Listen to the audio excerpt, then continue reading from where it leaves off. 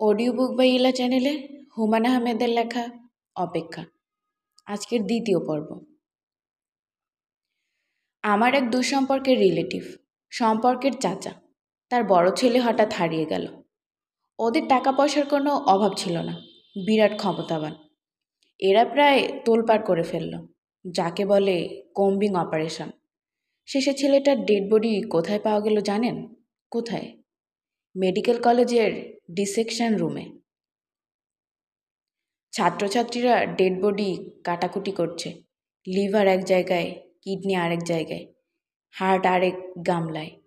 কাজী খোঁজখবর যখন করছেন ভালো মতো করেন। Leave no stone unturned. Firoz এখন ক্লান্ত এবং বিরক্ত। বিরক্তিটা কার উপর সে জানে না, সম্ভবত তার ভাইয়ের উপর। মানুষটা হারিয়ে গিয়ে সবচেয়ে বড় বিপদে তাকে ফেলে দিয়ে গেছে।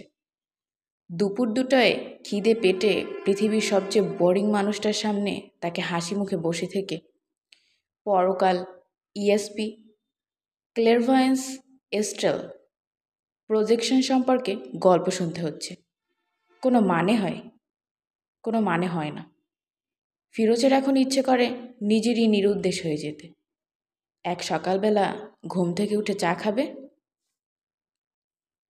চায়ের সঙ্গে সিগারেট, তারপর ভালো একটা পায়জামা পাঞ্জাবি পরে হাসি মুখে ঘর থেকে বের হওয়া এবং আর ফিরে না আসা।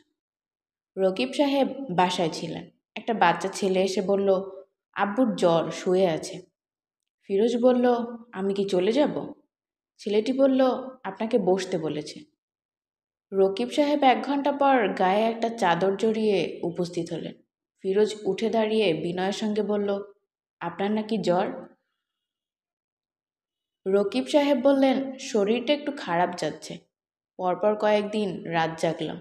বয়স হয়েছে, আগের মতো রাত জাগতে পারি না। ফিরোজ বলল, আমার ভাইয়ের ব্যাপারে কোনো ইনফরমেশন কি পেয়েছেন? রকিব সাহেব হাসি মুখে বললেন, চেষ্টা করছি, মনে হচ্ছে পেয়ে যাব। আমাদের ইনফরমেশন গ্যাদারিং টেকনিকটা একটু আলাদা। আমাদের তো ফ্যাক্স মেইল, ইমেল নেই। আমাদের যোগাযোগটা হয় মানসিকভাবে, সময় লাগে। জি, বুঝতে পারছি। না, বুঝতে পারছেন না, বোঝাটা এত সহজ না। একটা ঘটনা বলি, শুনুন। ঘটনা শুনলে আমাদের যোগাযোগ পদ্ধতিটা সম্পর্কে আপনার ধারণা হবে। রকিব সাহেবের যোগাযোগ পদ্ধতি সম্পর্কে ধারণা নেবার কোনো ইচ্ছা ফিরোজের নেই। সে এখন পুরোপুরি নিশ্চিত পুরো ব্যাপারটাই ভাওতাবাজি। খিদে তার নাড়ি ভুড়ি হজম হয়ে আসছে, মাথা ঘুরছে। তার উচিত এই বাড়ি থেকে বের হয়ে সোজা কোনো রেস্টুরেন্টে ঢুকে গরুর ভুনা মাংস এবং গরম গরম পরোটার অর্ডার দেয়া, সঙ্গে কাটা পেঁয়াজ থাকবে, মাঝে মধ্যে পেঁয়াজে কামড়। প্রচণ্ড খিদের সময় হঠাৎ হঠাৎ কিছু খাবার খেতে ইচ্ছে করে। আজ পরোটা গোস্ত খেতে ইচ্ছে করবে, অন্য কোনো দিন অন্য কোনো খাবার খেতে ইচ্ছে করবে। ফিরোজ সাহেব, জি। আপনার কি শরীর খারাপ নাকি? চেহারা কেমন যেন মলিন লাগছে। জি না, শরীর ভালো আছে। চা খান, চা খেতে খেতে গল্প করি। আপনার মনের শান্তির জন্যে বলে রাখি, আপনার ভাই এর ব্যাপারে আমি অনিতাকে বলেছিলাম। অনিতা আমাদের থিওসফিক্যাল সোসাইটির সদস্য, অত্যন্ত পাওয়ারফুল মিডিয়াম। সে আমাকে জানিয়েছে 1 সপ্তাহের মধ্যে পজিটিভ কিছু বলতে পারবে। আমি কি 1 সপ্তাহ পরে আসব? আসুন, আগামী বুধবারে আসুন, রাত 10টার পর আসুন। অসুবিধা হবে না তো? জি না। ওই রাতে আমাদের একটা সিএনসও হবে। ইচ্ছে করলে অবজারভার হিসেবে থাকতে পারেন। সোসাইটির বাইরের কারোর থাকার অবশ্য নিয়ম নেই, তবে আপনার ব্যাপারে আমি বলে টলে ব্যবস্থা করে রাখব। জি আচ্ছা। এখন শুনুন, আমার জীবনের একটা অদ্ভুত ঘটনা। 4 বছর আগের কথা, অক্টোবর মাস, তারিখটা হলো 9 তারিখ। সন্ধ্যাবেলা এক ভদ্রলোক এসে উপস্থিত হলেন। বছর 2 আগে তার একটা মেয়ে মারা গেছে। কিছুদিন হলো রোজ মেয়েটাকে স্বপ্নে দেখছেন। মৃতা মেয়ের সঙ্গে যোগাযোগ করতে চান। আমরা কোনো ব্যবস্থা করে দিতে পারি কিনা।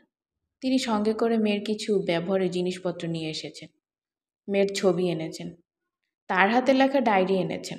আমি বললাম, রেখে যান, দেখি কিছু করা যায় কিনা। মৃত মানুষের আত্মাকে চক্রে আহ্বান করা কঠিন কিছু না, তবে অল্প বয়সে মারা গেলে সমস্যা হয়। প্লানচেটে বা চক্রে শিশুদের আহ্বান করার নিয়ম নেই। আহ্বান করলেও তারা আসে না। ফিরোজ জড়ানো গলায় বলল, ও। ঘুমে তার চোখ জড়িয়ে আসছে। মনে হচ্ছে যে কোনো মুহূর্তে সোফায় সে এলিয়ে পড়বে এবং তার নাক ডাকতে শুরু করবে। ভদ্রলোক একটা ভয়ঙ্কর গল্প ফেঁদেছেন। এর মধ্যে নাক ডাকানো ভয়াবহ ব্যাপার হবে। ঘুম কাটানোর কিছু পদ্ধতি সে ব্যবহার করছে, লাভ হচ্ছে না, উল্টা আরও ঘুম পাচ্ছে। সব পদ্ধতি কোনো না কোনো সময়ে ব্যাকফায়ার করে উল্টো দিকে চলা শুরু করে। তার বেলায় এখন তাই হচ্ছে। ভয়ঙ্কর কোনো ঘটনার কথা ভাবলে ঘুম কেটে যায়। সে ভাবছে বাসায় পৌঁছেই দেখবে তার মা আকলিমা বেগম আঁকাবাঁকা অক্ষরে একটা চিঠি পাঠিয়েছেন। চিঠির প্রতিটি সংবাদই দুঃসংবাদ। বাবা ফিরোজ, তুমি জমি বিক্রি করিয়া টাকা পাঠাইতে বলিয়াছ। আমি যথাসাধ্য চেষ্টা করিতেছি। লোকজনের হাতে এখন টাকা নাই। জমি কিনিবার ব্যাপারে কাহারও আগ্রহ নাই। আমি মহা বিপদে পড়িয়াছি, ইহা আমি জানি, কিন্তু কি করিব আমি নিরুপায়। ফিরোজ সাহেব, জি স্যার। আপনার জ্বর টর আসছে নাকি? চোখ লাল, বোধহয় জ্বর আসছে। আজ বরং উঠি। গল্পের শেষটা শুনে যান। শেষটা না শুনলে মনের উপর চাপ থাকে। এই চাপ মানসিক শান্তির জন্য ক্ষতিকর। তারপর কি হলো শুনুন। আমরা কয়েকটা সিয়েন্স করলাম এবং প্রতিবারই রিডিং পেলাম মেয়েটা জীবিত, মৃত নয়। বুঝতে পারছেন ব্যাপারটা? জি। আমার নিজের ধারণা হলো আমরা কিছু ভুল করছি। আত্মার অনেকগুলো স্টেট থাকে, নানান স্তরে তাদের বাস। পৃথিবীর কাছাকাছি যারা থাকে তাদের চিন্তাভাবনা দেহধারীদের মতো। ফিরোজ বাসায় পৌঁছলো জ্বর নিয়ে। তার ঝেপে জ্বর এসেছে। জ্বর আসায় একটা সুবিধাও হয়েছে। পরোটা গোস্তের ব্যাপারটা মাথা থেকে চলে গেছে। এখন ইচ্ছে করছে কাঁথার ভেতর ঢুকে পড়তে। দরজা জানালা বন্ধ করে কাঁথার ভেতরে ঢুকে কুণ্ডুলি পাকিয়ে যাওয়া, মোটামুটি মাতৃগর্ভের মতো একটা পরিবেশ তৈরি করে জন্মের আগের অবস্থায় ফিরে যাওয়া। এই স্টেটেরও নিশ্চয়ই কোনো নাম আছে। থিওসফিস্ট রকিব সাহেব বলতে পারবেন। দরজা খুলে দিল ইমন। সে দরজা খোলা শিখেছে। চেয়ারের উপর দাঁড়িয়ে সিটকিনি খুলতে পারে এবং এই কাজটা খুব আগ্রহের সঙ্গে করে। ফিরোজ বলল, খবর কী রে? ইমন বলল, মা তোমাকে ডাকে। ফিরোজ বিরক্ত মুখে বলল, মা আমাকে ডাকবে কিরে বেটা? আমি তো এইমাত্র ঢুকলাম। ভাবি তো জানিই না আমি এসেছি। ইমন আবারও বলল, মা তোমাকে ডাকে। ইমনের মধ্যে রোবট টাইপ কিছু ব্যাপার আছে। মাথার ভেতর কিছু ঢুকে গেলে সেটাই বলতে থাকে। ফিরোজ বলল, যাচ্ছি, হাত মুখ ধুয়ে তারপর যাই। বুঝলি রে বেটা, শরীর ভালো না। থার্মোমিটার না দিয়েও বুঝতে পারছি 103 জ্বর। মা তোমাকে এখনই ডাকে। ফিরোজ সুরাইয়ার ঘরের দরজার সামনে দাঁড়িয়ে হতভম্ব হয়ে গেল। খাটে বিছানো সাদা চাদর রক্তে মাখামাখি। চাদর থেকে গড়িয়ে মেঝেতেও ফোঁটা ফোঁটা রক্ত পড়ছে। সুরাইয়ার মুখ ছাই বর্ণ, প্রচণ্ড ব্যথা সে নিজের মধ্যে চেপে রাখছে তা বোঝা যাচ্ছে। শুধু তার কণ্ঠার হাড়ের ওঠানামা দেখে। ভাবি, কি হয়েছে? সুরাই ফিসফিস করে বলল, বুঝতে পারছি না, বোধ হয় অ্যাবর্শন হয়ে যাচ্ছে। কি সর্বনাশের কথা! ভাবি, আমি এখনই অ্যাম্বুলেন্স নিয়ে আসছি। তুমি আর কিছুক্ষণ এইভাবে থাকো। সুরাইয়া জবাব দিল না, ঘোলাটে চোখে তাকালো। সেই ঘোলাটে চোখের দিকে তাকিয়ে ফিরোজের মনে হলো অ্যাম্বুলেন্স আনতে গিয়ে সময় নষ্ট করা যাবে না। এত সময় হাতে নেই। তাকে যা করতে হবে তা হচ্ছে ভাবিকে পাজাকোলা করে নিয়ে এখনই রাস্তায় চলে যেতে হবে।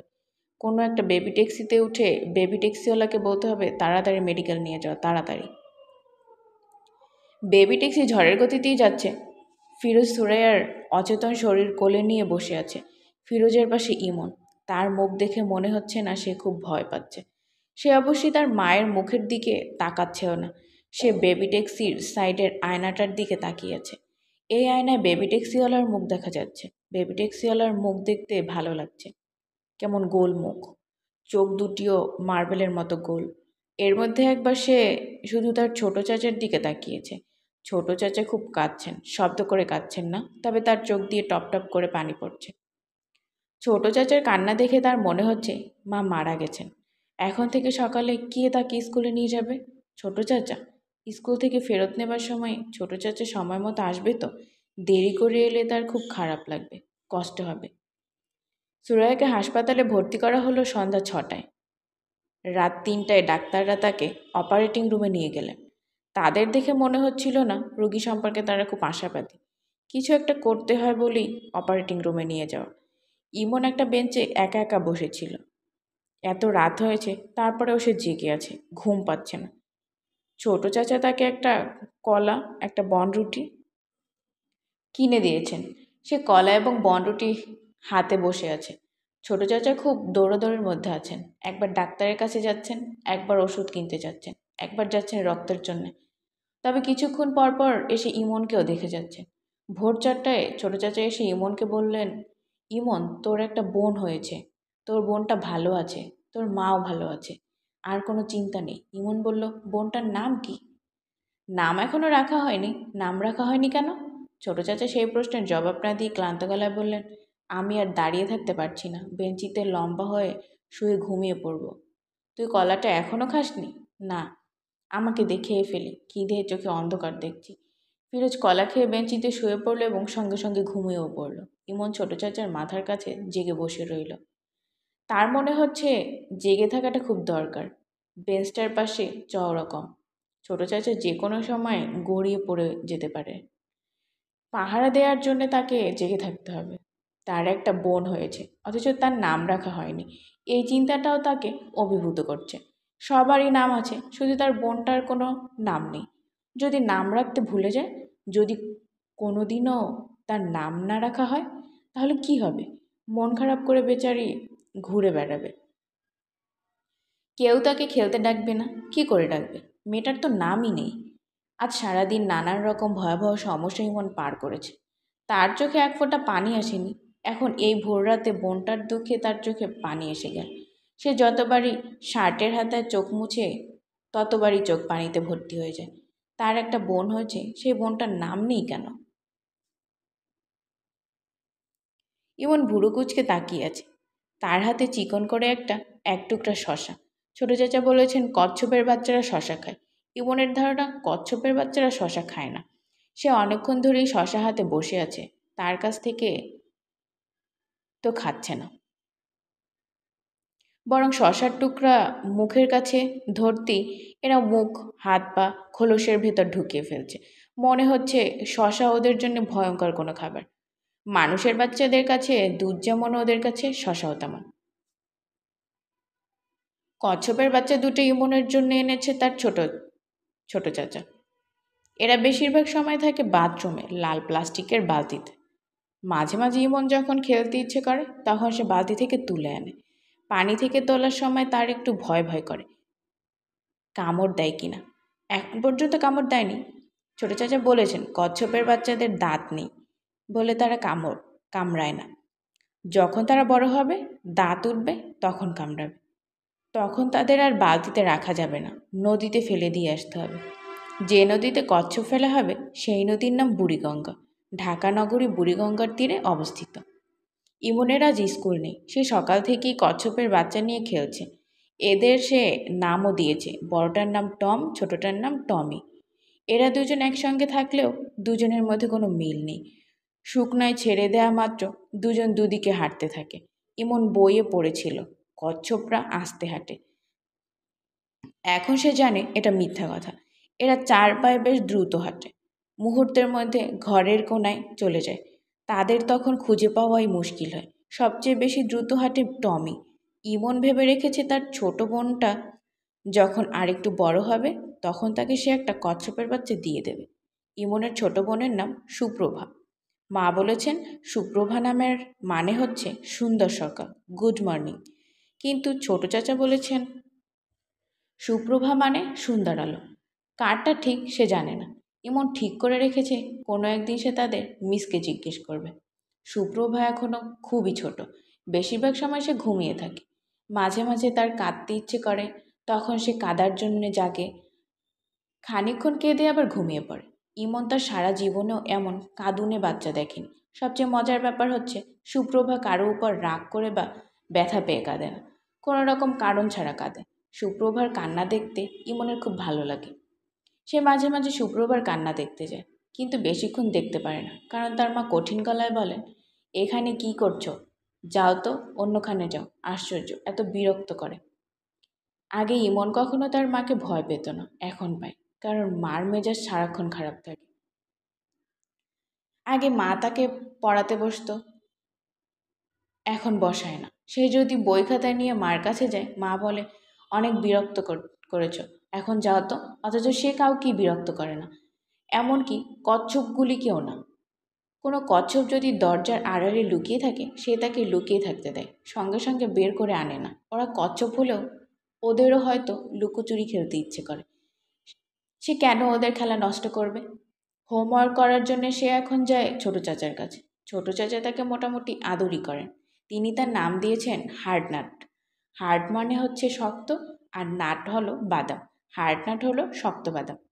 ছোট চাচা তাকে কেন শক্ত বাদাম বলে তা সে জানে না, কখনো জিজ্ঞেস করেনি, কোনো একদিন জিজ্ঞেস করবে। ছোট চাচা পড়াতে পড়াতে প্রায়ই বলে, কী রে হার্ড নাট, মন খারাপ? সে বলে না, কারণ তার মন খারাপ থাকে না, আবার মন ভালোও থাকে না। সুপ্রভার সঙ্গে সে যদি গল্প করতে পারত, তাহলে তার মন ভালো থাকতো, বা মার সঙ্গে গল্প করতে পারলেও মন ভালো থাকতো। মা গল্প তো করেই না, সামনে গিয়ে দাঁড়ালেও বলে, যা ভাগ, সামনে থেকে যা। শুধু বিরক্ত, শুধু বিরক্ত। একদিন ঠাস করে একটা চড়ও মারলেন, আচমকা মারলেন বলে সে মেঝেতে পড়ে গেল। ঠোঁট কেটে রক্ত বের হতে লাগলো। তারপরেও সে একটুও কাঁদেনি, শুধু ডাক্তার যখন ঠোঁট সেলাই করতে গেলেন তখন কাঁদল। তারপরেও ডাক্তার বললেন, বাহ, দারুণ ছেলে তো, ছেলের খুব সাহস। ছোট চাচা বললেন, সাহস হবে না, এ হলো হার্ড নাট, এ মোটেই সহজ জিনিস না। ভাবি, এসব কি কথা বলছেন? আমার যা মনে আসছে বলছি। তোমাদের অসুবিধা হচ্ছে? হ্যাঁ, অসুবিধা হচ্ছে। বাচ্চাটা পেটের খিদে কাঁদছে, আপনি ফিরে তাকাচ্ছেন না, এটা কেমন কথা? তুমি এমন চোখ মুখ শক্ত করে কথা বলছো কেন? তোমার ভাই তো কখনো মুখ শক্ত করে এমনভাবে কথা বলেনি।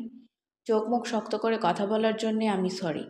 ভাবি শুনুন, ফর গডস সেক, স্বাভাবিকভাবে বাঁচার চেষ্টা করুন। স্বাভাবিকভাবে বাঁচার চেষ্টা করার মতো অবস্থা কি আমার আছে?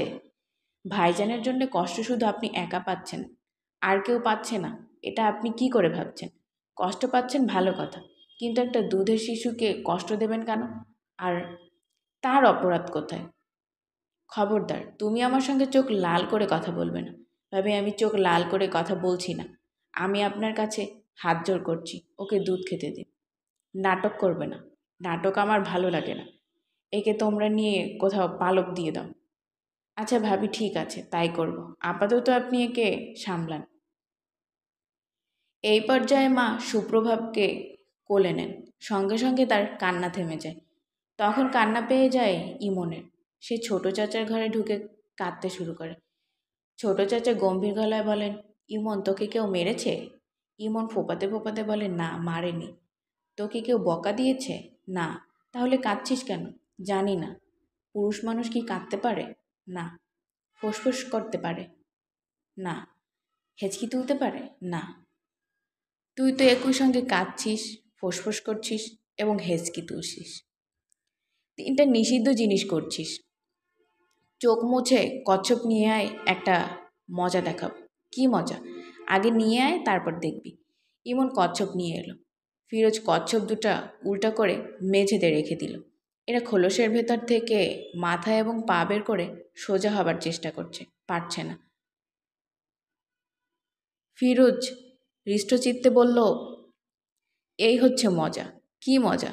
যত চেষ্টাই করুক, এরা এখন আর সোজা হতে পারবে না। ছটফট করবে, কিন্তু পারবে না। বাইরের কোনো সাহায্য লাগবে। তুই বা আমি যদি সোজা করে দিই, তাহলেই সোজা হতে পারবে। মজাটা এইখানেই। মানুষেরও মাঝে মাঝে কচ্ছপের মতো অবস্থা হয়। মানুষ উল্টে যায়, ঠিক হবার জন্য ছটফট করতে থাকে, ঠিক হতে পারে না। বাইরের সাহায্য ছাড়া ঠিক হওয়া তখন সম্ভব না। তোর মার এখন এই অবস্থা চলছে। সে উল্টে গেছে, ঠিক হবার জন্য ছটফট করছে, কিন্তু পারছে না। কাজেই তোর মার উপর রাগ করেও কোনো লাভ নেই। মার উপর তোর রাগ নেই তো? না, নেই। Very good. আরেকটা কথা, যদি কোনো কারণে খুব মন খারাপ হয়, তখন কচ্ছপ উল্টে দিয়ে ওদের দিকে তাকিয়ে থাকবি। তখন দেখবি মন ভালো হয়ে যাচ্ছে। কেন? কেন কেন করবি না? চড় খাবি? আচ্ছা, করবো না। আজিমনের মন সামান্য খারাপ, বেশি না, সামান্য। এই সামান্য মন খারাপ নিয়ে কচ্ছপ উল্টানো যায় না বলে সে উল্টাচ্ছে না, শশার টুকরো কেটে খেতে দিচ্ছে। এরা খাচ্ছে না, হাতে ধরে থাকলে এরা খায় না, কিন্তু পানিতে ছেড়ে দিলে মুখ বের করে কুটকুট করে খায়। ইমন, এদিকে শুনে যাও। ইমনের বুক ধক করে উঠল। আগে মা ডাকলে আনন্দ লাগতো, এখন মা ডাকলেই বুক ধক করে ওঠে। ইমন কচ্ছপ দুটা বালতিতে রেখে মার ঘরের দরজা ধরে দাঁড়ালো। মা সুপ্রভার গায়ে তেল মালিশ করে দিচ্ছেন। তিনি চোখ সরু করে তাকালেন। ইমনের বুক শিরশির করতে লাগলো। দরজা ধরে দাঁড়িয়ে আছো কেন? কাছে আসো। ইমন ঘরে ঢুকলো। হাত ভেজা কেন? আবার কচ্ছপ নিয়ে ঘাটাঘাটি করছিলে? হাত ধুয়ে এসেছো? হ্যাঁ। সাবান দিয়ে হাত ধুয়েছ? ইমন সাবান দিয়ে হাত ধোয়নি, তারপরেও ভয়ে ভয়ে হ্যাঁ সূচক মাথা নাড়ল। সে জানে এই মিথ্যা মাথা নাড়ার জন্যে তার বা কাঁধের ফেরেস্তা 5টা বদি লিখেছে। ফেরেস্তার নাম কেরামান কাতেবিন। তার কাজ মানুষের খারাপ কাজগুলি লেখা এবং কোনো খারাপ কাজের জন্যে কয়টা বদি হয়েছে তা হিসেব রাখা। দাদিজান তাকে বলেছেন। দেখি, হাত কাছে আনো, সাবানের গন্ধ আছে কিনা দেখি। ইমন হাত এগিয়ে দিল। মা গন্ধ শুকলেন। মনে হলো তিনি সাবানের গন্ধ পেয়েছেন, কারণ কিছু বলেন না। সাবানের গন্ধ পাওয়ার কথা না, সে হাতে সাবান মাখেনি, কচ্ছপ ঘাটাঘাটি করেছে। মনে হয় কচ্ছপের গায়ে সাবানের গন্ধ আছে। কচ্ছপ শুকে দেখতে হবে। সুরাইয়া বলল, তোমার বোনটা দেখতে কী রকম হয়েছে? কার মতন হয়েছে? ইমন ভয়ে ভয়ে বলল, ছোট বাচ্চাদের মতো হয়েছে। বোকার মতো কথা বলছো কেন? ছোট বাচ্চা তো ছোট বাচ্চার মতোই হবে, বুড়োদের মতো হবে নাকি? দেখতে কার মতো হয়েছে? তোমার মতো, না আমার মতো, নাকি তোমার বাবার মতো? জানি না মা। জানবে না কেন? দেখতে হয়েছে অবিকল তোমার বাবার মতো। তোমার বাবার নাক অনেকটা চাপা। এই দেখো, এর নাকও চাপা চাপা না? ইমন বুঝতে পারছে না নাক চাপা কি চাপা না। তার কাছে তো নাকটা সুন্দরই লাগছে। তারপরে বলল, হুম। সুরাইয়া ছোট্ট নিঃশ্বাস ফেলে বলল, এখন তোমাকে আমি কি বলবো মন দিয়ে শুনবে। আমরা এই বাড়িতে থাকবো না। ইমন ভয়ে ভয়ে বলল, কোথায় যাব? ঘরের দরজা ধরে দাঁড়ালো। মা সুপ্রভার গায়ে তেল মালিশ করে দিচ্ছেন। ইমন ভয়ে ভয়ে বলল, কোথায় যাব? তোমার বড় মামার বাড়িতে গিয়ে থাকবো। তোমার বড় মামা তার বাড়ির একটা ঘর আমাকে দিয়েছেন। একটা ঘরই তো আমাদের জন্যে যথেষ্ট। কি যথেষ্ট না? হুম। এরকম মুখ শুকনো করে হুঁ বলছো কেন? বড় মামার বাড়িতে থাকতে তোমার অসুবিধাটা কি? আর যদি অসুবিধা থাকেও কিছু করার নেই। তোমার বাবার কোনো খোঁজ নেই, কাজেই তোমাদের কপাল ভেঙেছে। আমাদের জীবন কিভাবে কাটবে জানো? আজ এই বাড়ি, কাল ওই বাড়ি। এমন ভয়ে ভয়ে বলল, এই বাড়িতে কেন থাকবো না মা? এই বাড়িতে থাকবো না কারণ তোমার ছোট চাচার কোনো চাকরি বাকরি নেই। এতদিন সংসার চলেছে গ্রামের বাড়ির ধানি জমি বিক্রি করে। এইভাবে আর কতদিন চলবে? তাছাড়া তোমার ছোট চাচা আমার সঙ্গে খারাপ ব্যবহার করে, চোখ লাল করে আমার দিকে তাকায়। তার এত সাহস কেন হবে? যেখানে তোমার বাবা কোনো দিন আমার দিকে চোখ লাল করে তাকায়নি, সেখানে সে তাকাবে কেন? বড় মামার বাসায় কবে যাব মা? 1 সপ্তাহের মধ্যেই যাব। তোমার বই খাতা তুমি নিজে সব গুছিয়ে নেবে। ওইখানে গেলে তোমার ভালোই লাগবে। খেলার সঙ্গী সাথী পাবে। তোমার বড় মামার 2 ছেলে আছে, টোকন আর শোভন। ওদের সঙ্গে খেলবে। এখানে একা একা থাকো। তোমার বড় মামা তোমাকে পছন্দও করেন, করেন না? এমন বুঝতে পারছে না তার বড় মামা তাকে পছন্দ করেন কি না। তার বড় মামার চেহারাটা রাগী রাগী, চশমা পরেন, চশমার ফাঁক দিয়ে তাকান। কেমন করে জানি তাকান। তিনি বাসায় এলেই ফুলের গন্ধ পাওয়া যায়। সেই গন্ধে গা কেমন জানি ঝিমঝিম করে। পরে সে জেনেছে এটা ফুলের গন্ধ না, জর্দার গন্ধ। বড় মামা পান খান না, শুধু শুধু জর্দা খান। তিনি যখন এ বাসায় আসেন, 1 প্যাকেট বিস্কিট নিয়ে এসে গম্ভীর গলায় বলেন, ইমন নিয়ে যা। ইমন বিস্কিট নিয়ে যায়, কিন্তু তার কোনো আনন্দ হয় না, কারণ বিস্কিট তার পছন্দ না। শুধু চায়ে ডুবিয়ে বিস্কিট খেতেই তার ভালো লাগে। অন্য সময় ভালো লাগে না। বিস্কিট খাবার জন্য কেউ তো আর তাকে চা বানিয়ে দেবে না। সে ছোট মানুষ। কলেজে যখন পড়বে তখনই সে শুধু চা খেতে পারবে। সুরাইয়া বললেন, কথার জবাব দিচ্ছিস না কেন? তোর বড় মামা তোকে পছন্দ করে না? হুম। মুখে এমন শুকনা করে হুম বলছো কেন? মনে হচ্ছে মাথায় আকাশ ভেঙে পড়েছে। যাও এখন সামনে থেকে যাও, সারাক্ষণ ভোতা মুখ দেখতে ভালো লাগে না। ইমন মার ঘর থেকে বের হলো। বড় মামার বাড়িতে কি কচ্ছপ দুটো নিতে দেবে? মনে হয় দেবে না। কচ্ছপ দুটো এ বাড়িতেই রেখে যেতে হবে। মাকে একবার বলে দেখলে হয়। অবশ্যই বললেও লাভ হবে না। বড় মামার ছেলে টোকন আর শোভন হয়তো তার কাছ থেকে কেড়ে কচ্ছপ দুটো নিয়ে নেবে। একটা লাভ হয়তো হবে, রাতে মার সঙ্গে ঘুমোতে পারবে। তাদের একটা ঘর দেয়া হবে, তারা সবাই সেই ঘরেই থাকবে। এখানে বেশিরভাগ সময় তাকে ছোট চাচার সঙ্গে ঘুমোতে হয়। সে এক সে যখন ঘুমোতে যায় তখন ছোট চাচা বাইরে। একা একা ঘুমোতে তার খুবই ভয় লাগে। তবে অনেক রাতে ঘুম ভেঙে যায় যখন সে দেখে ছোট চাচা ঘুমোচ্ছেন, তখন তার খুবই ভালো লাগে। সে যদি খুব নরম গলাতেও ডাকে ছোট চাচা, তাহলেও উঠে বসেন। গম্ভীর গলায় বলেন, কি হয়েছে হার্ডনাট? বাথরুমে যাবি?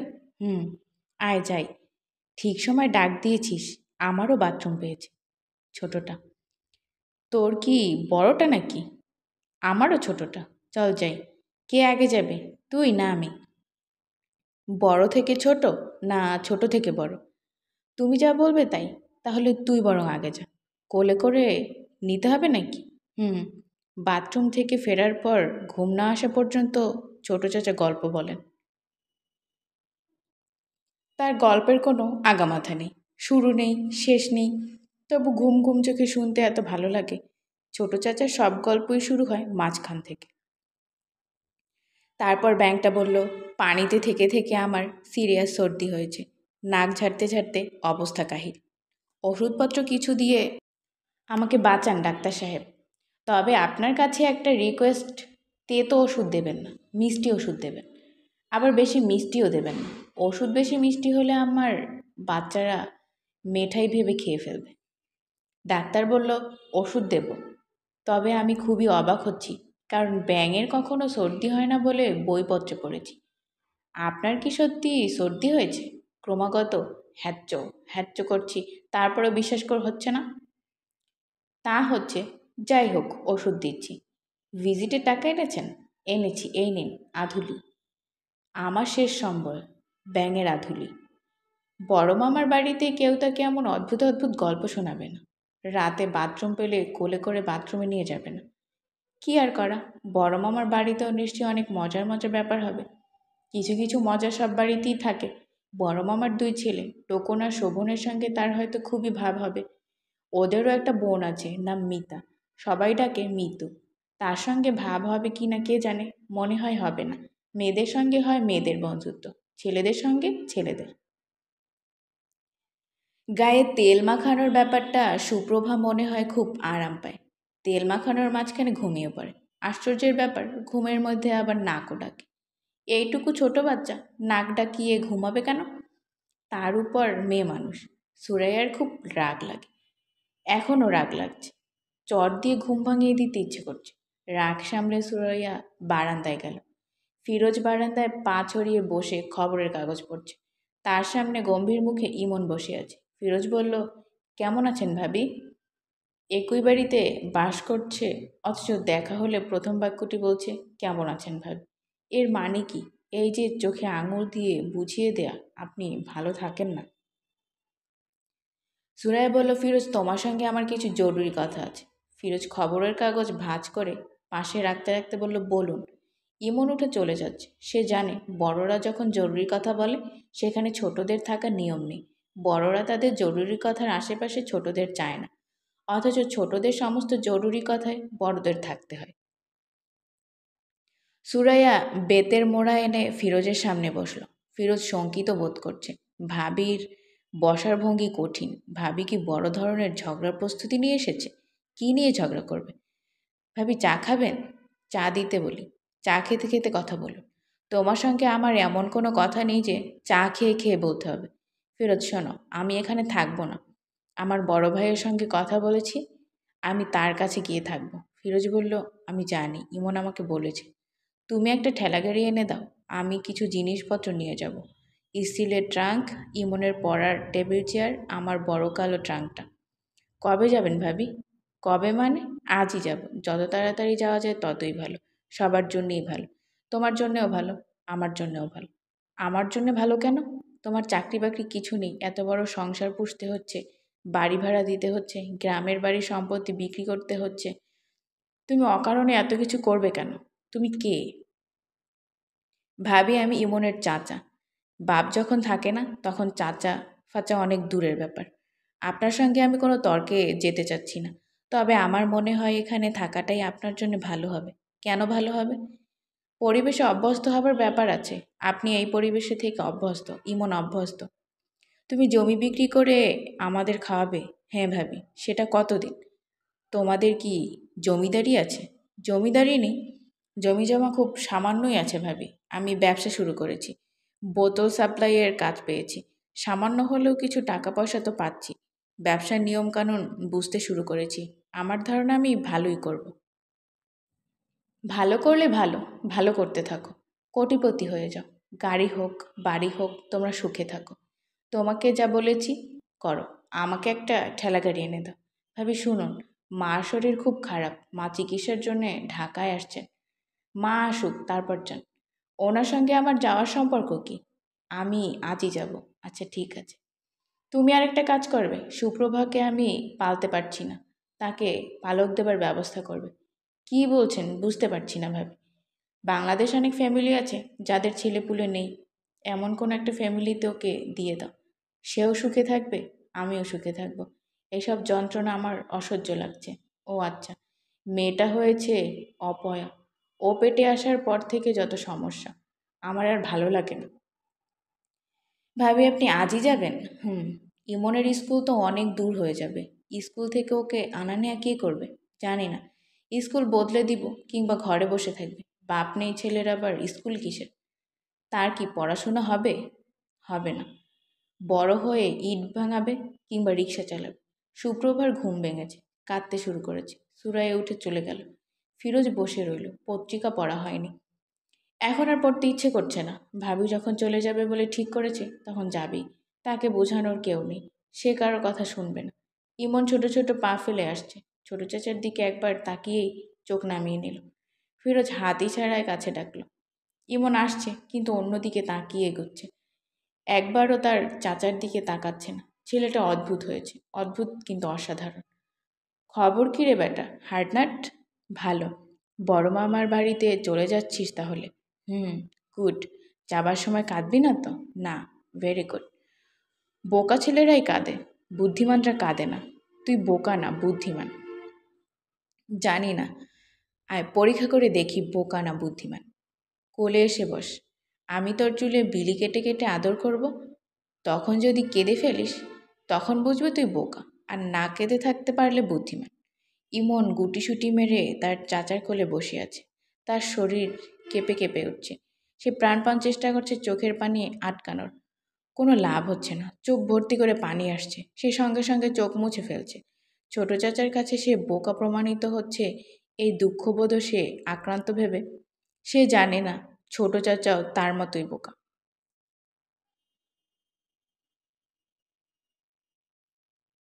ছোট চাচার চোখও ভিজে উঠছে, পানি জমতে শুরু করেছে।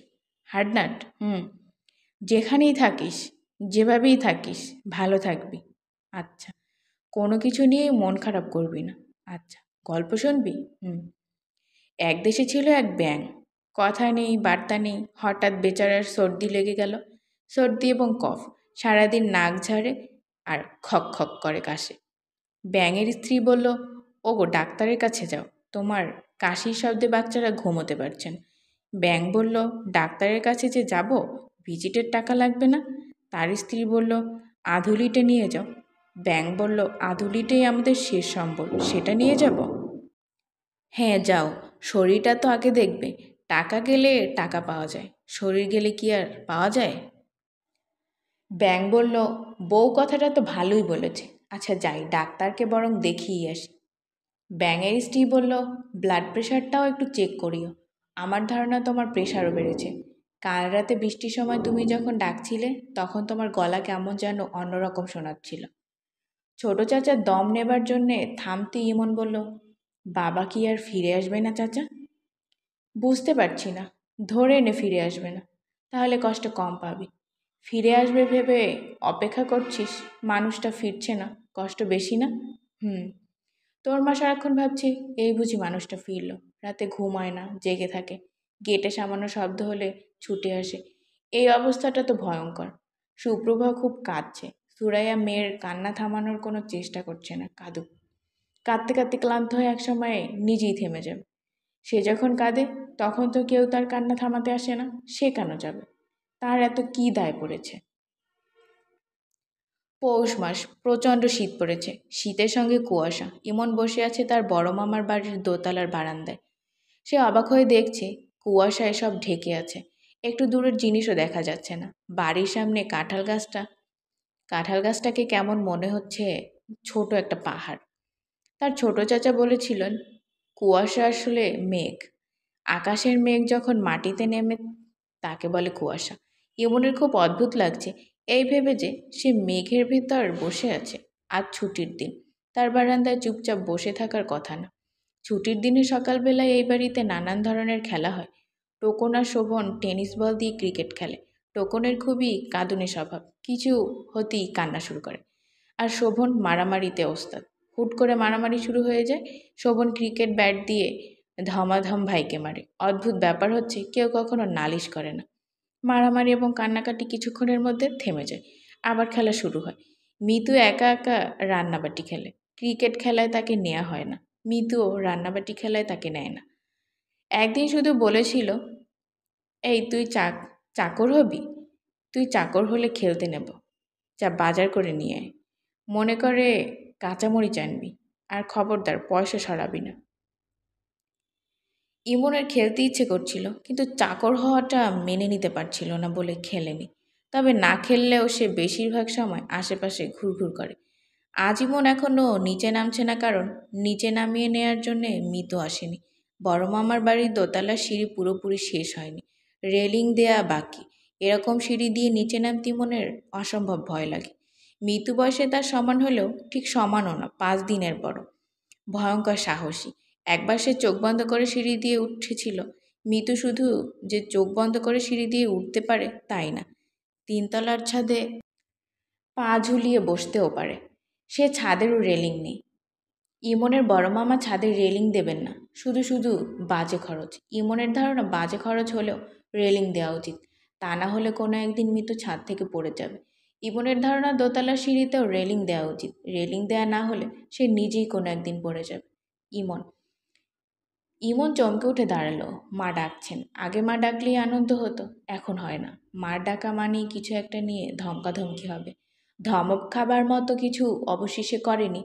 সকালে বই নিয়ে বসে অনেকক্ষণ পড়েছে। মা যখন বললেন যথেষ্ট ঘ্যানঘ্যানানি হয়েছে, এখন যাও, তখনই শুধু সে উঠে এসেছে।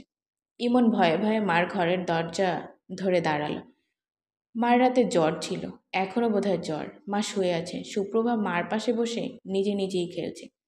ইমনের কাছে খুবই আশ্চর্য লাগে যে সুপ্রভা নিজে নিজে বসতে পারে, হামাগুড়ি দিতে পারে, কিছু দেখলেই দুহাতের 2 আঙুল উঁচু করে বলে যে যে যে।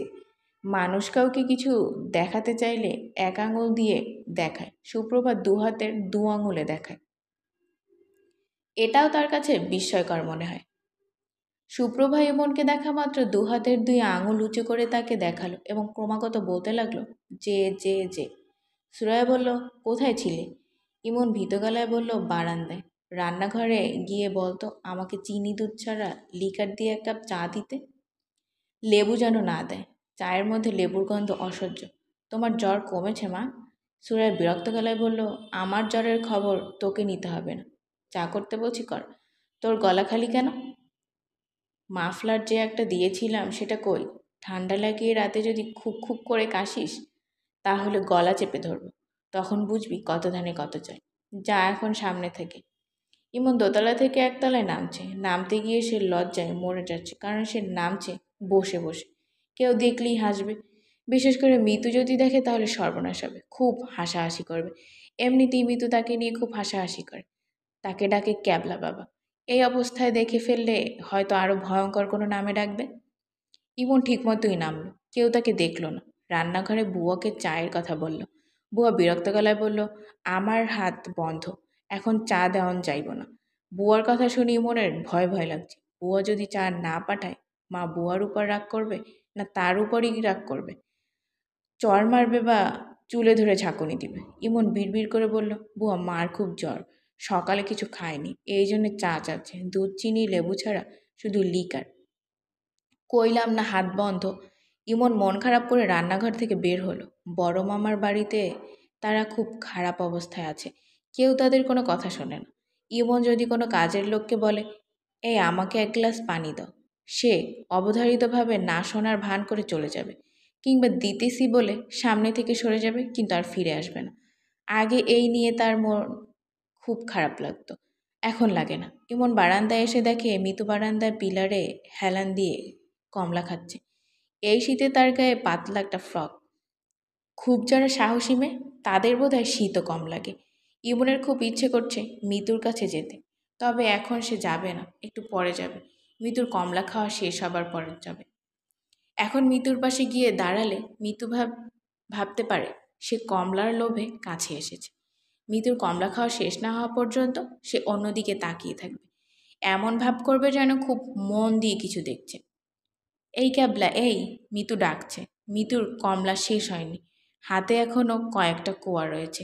ইমন কাছে গিয়ে দাঁড়ালে একটা দুটো কোয়া হয়তো তার হাতে দেবে, তখন ইমনকে লোভীর মতো লাগবে, আবার নাও দিতে পারে। মিতুর কোনো কিছু ঠিক নেই। ইমন কাছে গেল। মিতু তাকে কমলার কোনো কোয়া দিল না, পুরো কমলা শেষ করে বলল, ক্যাবলা, আজ তোর ছোট চাচা আসবে না। ইমন বলল, আসতে পারে। ছোট চাচার কথা ওঠায় ইমনের মন ভালো হয়ে গেল, সে একটু হেসেও ফেলল। আজ শুক্রবার, ছুটির দিন, ছুটির দিনে ছোট চাচা আসে। গত শুক্রবার আসেনি, আজ হয়তো আসবে। তোর ছোট চাচাকে দেখতে কেমন লাগে জানিস? কেমন লাগে? অবিকল রাম ছাগলের মতো লাগে। দাড়ি রেখেছে তো এই জন্যে। রাম ছাগলেরও দাড়ি থাকে, হি হি হি। ইমনের চোখে প্রায় পানি এসে যাচ্ছে। ছোট চাচাকে কেউ খারাপ বলে তার খুব মন খারাপ লাগে। তাছাড়া দাড়িতে ছোট চাচাকে খুবই সুন্দর লাগে। মিতু বলল, আমি যখন কমলা খাচ্ছিলাম তখন তুই লোভীর মতো তাকিয়েছিলি কেন? তাকিয়েছিলাম না তো। অবশ্যই তাকিয়েছিলি, লোভী কোথাকার। আবার মিথ্যা কথা বলে, মিথ্যুক। আমি মিথ্যুক না, আমি সত্যুক।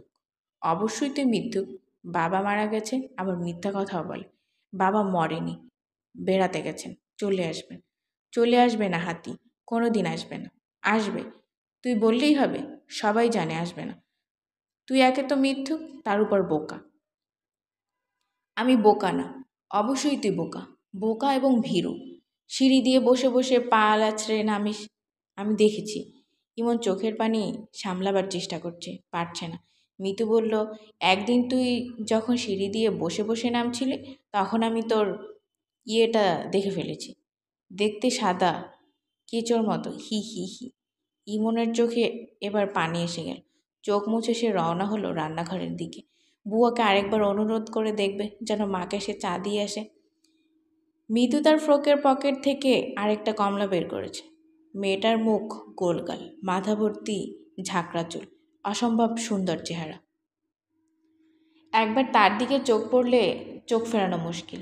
এ হচ্ছে সেই ধরনের মেয়ে যাকে দেখলেই কথা বলতে ইচ্ছে করে। মজার ব্যাপার হলো, আজ থেকে ঠিক 20 বছর পরে এই মেয়েটি তার বাবার ঘরে ঢুকে অত্যন্ত শান্ত ভঙ্গিতে বলবে, বাবা, আমি ইমনকে বিয়ে করতে চাই।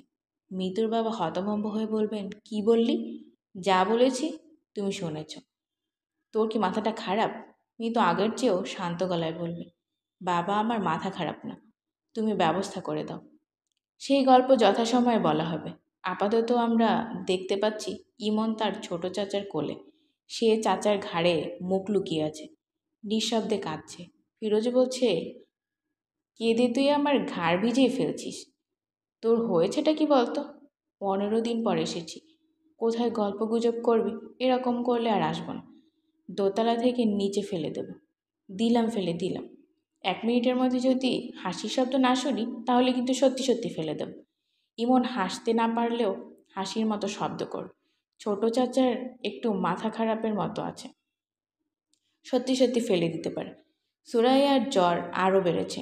জ্বরের আঁচে মুখ লালচে হয়ে আছে, চোখ জল জল করছে। ফিরোজ বসেছে তার সামনে একটা চেয়ারে। ফিরোজ বলল, ভাবি কেমন আছেন? সুরাইয়া বলল, ভালো। খারাপ থাকবো কেন? খারাপ থাকার মতো নতুন কিছু তো হয়নি। আপনার জ্বর কি বেশি? জানি না। তোমার খবর বলো। ব্যবসাপাতির অবস্থা কি? অবস্থা বেশি ভালো না। খারাপই বলতে পারেন। ব্যবসা করতে ক্যাশ টাকা লাগে। ক্যাশ টাকা তো নেই। তোমার ভাইয়ের টাকা পয়সার খোঁজ নিতে বলেছিলাম, খোঁজ নিয়েছো? ফিরোজ কিছু বলল না, চুপ করে রইল। এই প্রসঙ্গে আলাপ করতে তার ইচ্ছে করছে না। অফিসে তার ভাইয়ের টাকা পয়সা ভালোই আছে।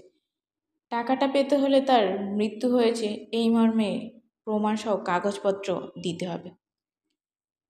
ভাইয়ের মৃত্যু হয়েছে এ জাতীয় কোনো কাগজ তার কাছে নেই। একটা মানুষ নিখোঁজ হয়ে গেছে, এই পর্যন্তই। তার আর কোনো খোঁজ নেই। ভাবি, ইমনের পড়াশোনা কেমন হচ্ছে? জানি না। সুপ্রভাতও দেখতে খুব সুন্দর হচ্ছে। ও সুন্দর হলেই কি আর অসুন্দর হলেই কি? তুমি কি এখনো মেসেই থাকো? জি। চিরজীবন কি মেসেই থাকবে? ঘরবাড়ি করবে না? বিয়ে টিয়ে করবে না? ব্যবসার অবস্থা ভাবি খুবই খারাপ। খারাপ হলে কি আর করবে? ম্যাসে ম্যাসে জীবন কাটিয়ে দাও। ফিরোজ একটু ঝুঁকে এসে বলল, ভাবি, আপনার কাছে আমি একটা আবদার নিয়ে এসেছি। সুরাইয়া ভুরু কুঁচকে বলল, কি আবদার? মার শরীর খুব খারাপ, প্যারালাইসিস হয়ে গেছে। মনে হয় বাঁচবেন না। আপনাকে খুব দেখতে চাচ্ছেন। আমাকে দেখে কি হবে? মনে হয় তো শান্তি পাবেন। আমাকে দেখে শান্তি পাবার কিছু নেই। আমি কোনো শান্তি বড়ি না। ভাবি, এইভাবে কথা বলবেন না। আপনি আমার সঙ্গে চলেন, সবাইকে নিয়ে ঘুরে আসি। দীর্ঘদিন একটা জায়গায় পড়ে আছেন, ঢাকার বাইরে গেলে ভালো লাগবে। আমার ভালো লাগা নিয়ে তোমাকে ভাবতে হবে না। ভাবি, আমি হাত জোর করছি। সুরাইয়া বিরক্ত গলায় বলল, কথায় কথায় হাত জোর করবে না। এসব নাটক আমার ভালো লাগে না। আমি কোথাও যাব না। তাহলে একটা কাজ করি, ইমনকে নিয়ে যাই। না, ওকে আমি একা কোথাও পাঠাবো না। একা কোথায় ভাবি? আমি তো সঙ্গে যাচ্ছি। নিয়ে যাব, একটা দিন থাকবো, তারপর চলে আসব। না, অনেক দিন তো হয়ে গেল ভাবি। এখন একটু স্বাভাবিক হবার চেষ্টা করা উচিত না? আমি স্বাভাবিকই আছি। এর চেয়ে বেশি স্বাভাবিক হওয়া আমার পক্ষে সম্ভব না। ফিরোজ, তুমি এখন যাও। শরীর ভালো লাগছে না, কথা বলতে ইচ্ছে করছে না। আমি যাব বৃহস্পতিবার দুপুরে। সকালবেলা এসে একবার খোঁজ নিয়ে যাব। কি খোঁজ নিয়ে যাবে? যদি আপনি যান আমার সঙ্গে, কিংবা ইমনকে দেন। একবার তো না বলছি, তারপরেও চাপ দিচ্ছ কেন? চাপ দিচ্ছি না ভাবি, অনুরোধ করছি। মার শরীর খুবই খারাপ, বাঁচবেন না। ইমনের জন্য খুব অস্থির। ভাবি, আজ উঠি, বৃহস্পতিবার সকালে আসব। যাওয়ার আগে দেখা করার জন্য আসব। সুপ্রভা কি ঘুমোচ্ছে? হ্যাঁ, ওকে দিন একটু কোলে নিয়ে আদর করি।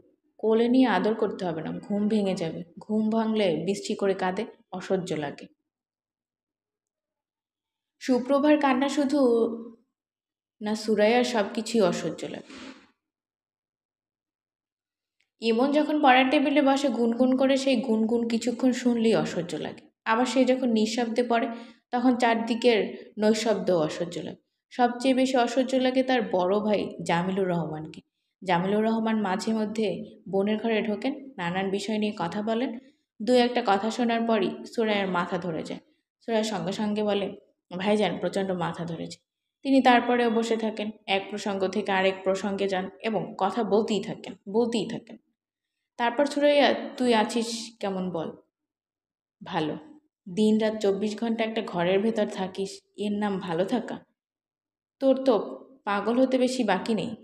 পাগল আমি হব না ভাইজান, পাগল হলে আগেই হতাম। আগে যখন হই নাই, এখনও হব না। আশেপাশের সবাইকে পাগল বানাবো, কিন্তু নিজে পাগল হব না। এই তো একটা কথার মতো কথা বলেছিস। নিজে ভালো থাকবি, নিজের ভালো থাকাটাই জরুরি। অন্যের যা ইচ্ছে হোক, নিজে ঠিক থাকলে জগৎ ঠিক। শুনলে ভালো লাগলো। একটা ঘটনা ঘটলে চিত হয়ে পড়ে যেতে হবে না। কি? দুর্ঘটনা মানুষের জীবনে ঘটে না? সব সময় ঘটে। ভাইজান, আমার খুবই মাথা ধরেছে। দিনরাত একটা ঘরে বন্দি হয়ে থাকলে মাথা ধরবে না? মাথা ধরবি। আমার কথা শোন, মাথা থেকে সব কিছু বাদ দে। আয়, আমরা তোর জীবন নিয়ে নতুন করে চিন্তা ভাবনা করি। নতুন চিন্তা ভাবনাটা কি? আমাকে বিয়ে দেবার কথা ভাবছেন? যদি ভাবি, অসুবিধা কোথায়? তোর বয়স অল্প, সারাটা জীবন পড়ে আছে সামনে। সুরায় হতভম্ব গলায় বলল, ইমনের বাবা বেঁচে থাকতেই আমি আরেকটা বিয়ে করে ফেলব? বেঁচে আছে তোকে কে বলল? মরে গেছে সেটাই বা কে বলল? তাছাড়া আমি জানি বেঁচে আছে। আর যদি নাও থাকে, বিয়েও তো আমি করব না। খুব ভালো একটা ছেলে পেয়েছিলাম। ইন্ডেটিং এর ব্যবসা করে। বয়স অল্প, রোড অ্যাক্সিডেন্টে স্ত্রী মারা গেছেন। আপনি চান আমি আমার 2 বাচ্চা নিয়ে তার ঘাড় ধরে ঝুলে পড়ি? ভাইজান, যখন আপনার মনে হবে আমাদের আর পালতে পারছেন না, অসুবিধা হচ্ছে, তখন বলবেন আমি চলে যাব। কোথায় যাব? কোথায় যাব সেটা আমার ব্যাপার। ভাইজান, এখন আপনি যান। আমার এমন মাথা ধরেছে যে ইচ্ছে করছে দেয়ালে মাথা ঠুকি। জামিলুর রহমান সাময়িকভাবে উঠে চলে যান, তবে কিছুদিন পর আবারও আরেকটি ছেলের সন্ধান নিয়ে উপস্থিত হন। বুঝলি, ভদ্রলোকের বয়স সামান্য বেশি, মনে হয় 50 ক্রস করেছে, তবে ভালো স্বাস্থ্য, চেহারাও সুন্দর। দেখলে মনে হয় বয়স 35, 36। Highly educated. ইলিনয় ইউনিভার্সিটি থেকে এমএস করেছে। আমেরিকান এক মেয়ে বিয়ে করেছিল। বিয়ে টিকেনি। আমেরিকান মেয়ে, বুঝতেই পারছিস, বিয়েটা ওদের কাছে একটা খেলা। কিছুদিন হানি হানি বলা, তারপরে সাপনেউলের খেলা। সুরাইয়া ভাইকে থামিয়ে দিয়ে বলল, ভাইজান শোনেন, আমি আমেরিকান মেয়ে না, আমি বাঙালি মেয়ে, এবং বিয়েটা আমার কাছে খেলা না। আমার একবার বিয়ে হয়েছে, আমার স্বামী আমাকে তালাকও দেয়নি, মরেও যায়নি। আমি আবার বিয়ে করব কেন? কোনো স্বামী যদি 2 বছর তার স্ত্রীর সঙ্গে যোগাযোগ না রেখে নিরুদ্দেশ থাকে, তাহলে সেই বিয়ে অটোমেটিক্যালি তালাক হয়ে যায়। কে বলেছে? মাওলানা সাহেব বলেছেন। মাওলানা সাহেবদের বিয়ে হয়তো তালাক হয়ে যায়। ইমনের বাবা তো মাওলানা না। ইমনের বাবা বেঁচে আছেন, তিনি একদিন ফিরে আসবেন, এই বিষয়টা সুরাইয়া মনে প্রাণে বিশ্বাস করে। সুরাইয়ার সঙ্গে সঙ্গে আরও একজন বিশ্বাস করে, সে সুরাইয়ার ভাবি ফাতেমা। জামিলুর রহমান যেমন অতিরিক্ত চালাক, তার স্ত্রী ফাতেমা তেমনই অতিরিক্ত বোকা। জগতের বোকারা ভালো মানুষ ধরনের হয়, ফাতেমা বেগম তা না। ভালো মানুষই কোনো ব্যাপারই তার মধ্যে নেই। সুরাইয়া তার পুত্রকন্যা নিয়ে এই সংসারে সিন্দাবাদের ভূতের মতো চেপে আছে। এই ব্যাপারটা তার কাছে অসহনীয় লাগে। বোকা মানুষ বলেই তিনি মনের ভাব গোপন রাখেন না, সরাসরি বলেন। পানের পিক ফেলে গম্ভীর গলায় বলেন, একটা কিছু ব্যবস্থা তো নেওয়া দরকার। আর কতদিন? আর কতদিন? আমার ছেলেপুলে বড় হচ্ছে। তারপরেও সুরাইয়া তার ভাবিকে খুব পছন্দ করে, কারণ ফাতেমারও ধারণা ইমনের বাবা বেঁচে আছে, কোনো একদিন ফিরে আসবে। সেই কোনো একদিনটা কবে, সেটা ফাতেমা জানেন না, সুরাইয়াও জানে না। সুরাইয়ার কেন জানি মনে হয় লোকটা ফিরবে গভীর রাতে। হয়তো ঝুপঝুপ করে বৃষ্টি পড়ছে, এর মধ্যেই ভিজতে ভিজতে উপস্থিত হবে। সুরাইয়া দরজা খুলে দেবে, সে ঢুকবে খুব সহজভাবে। যে কোনো পরিস্থিতিতে স্বাভাবিক থাকা হচ্ছে লোকটার স্বভাব। সে তার স্বভাব মতো বলবে, দেখি একটা তোয়ালে দেখি, মাথাটা ভিজে গেছে। সুরাইয়া তোয়ালে এগিয়ে দেবে। মানুষটা মাথা মুছতে মুছতে বলবে, তুমি কেমন আছো? সে বলবে, ভালো। এত রোগা লাগছে কেন, শরীর খারাপ? সেও সহজভাবেই বলবে, না, শরীর ঠিকই আছে। যে যেমন, তার সঙ্গে সেরকম আচরণই করতে হয়। মানুষটা এক পর্যায়ে বিছানার দিকে তাকিয়ে বলবে, ইমনের পাশে শুয়ে আছে এই ছোট মেয়েটা কে? ওর নাম সুপ্রভা। সুপ্রভা কে? সুপ্রভা হলো ইমনের ছোট বোন। বলো কি, সুন্দর হয়েছে তো? হ্যাঁ, সুন্দর হয়েছে। ওকে ডেকে তুলবো, কোলে নেবে? না থাক, ঘুম ভাঙিয়ে দরকার নেই। ইমন তো দেখি অনেক বড় হয়েছে। বড় তো হবেই। তুমি কি ভেবেছিলে, যেরকম রেখে গেছো ফিরে এসে সেরকম দেখবে? মানুষটা কথা ঘোরাবার জন্যে বলবে, ঠান্ডা লেগে গেছে, চা খাওয়াতে পারবে? অবশ্যই পারবো, কেন পারবো না। তুমি ভাত খাবে না? হ্যাঁ খাবো, ভাতও খাবো। গোসল করতে হবে, সাবান দাও তো। ভাত খাবার আগেই চা খাবে, নাকি ভাত খাবার পর চা খাবে? চা খেয়ে গোসলখানায় ঢুকবো। আচ্ছা, এই বাড়িটা কার? আমার বড় ভাইয়ের বাড়ি। বাড়ি তো বেশ বড়। মানুষটা চেয়ারে চুপচাপ বসে থাকবে, সুরাইয়া যাবে চা বানাতে। শুধু চা বানালে হবে না, ভাত চড়াতে হবে, গরম ভাত। ভাতে 1 চামচ ঘি, ডিম ভাজা। ডিম ভাজার সঙ্গে সঙ্গে শুকনো মরিচ ভাজা, নতুন আলু ডোবা তেলে মচমচে করে ভাজা। মানুষটার খুব প্রিয় খাবার। সুরাইয়া রোজ রাতে দীর্ঘ সময় নিয়ে কাল্পনিক কথোপকথন চালায়। এক এক রাতের কথাবার্তা হয় এক এক রকম। রাতের এই কথোপকথন অংশটা তার বড় ভালো লাগে। ইমন অন্ধকারে সিঁড়িঘরের নিচে দাঁড়িয়ে কাঁদছে।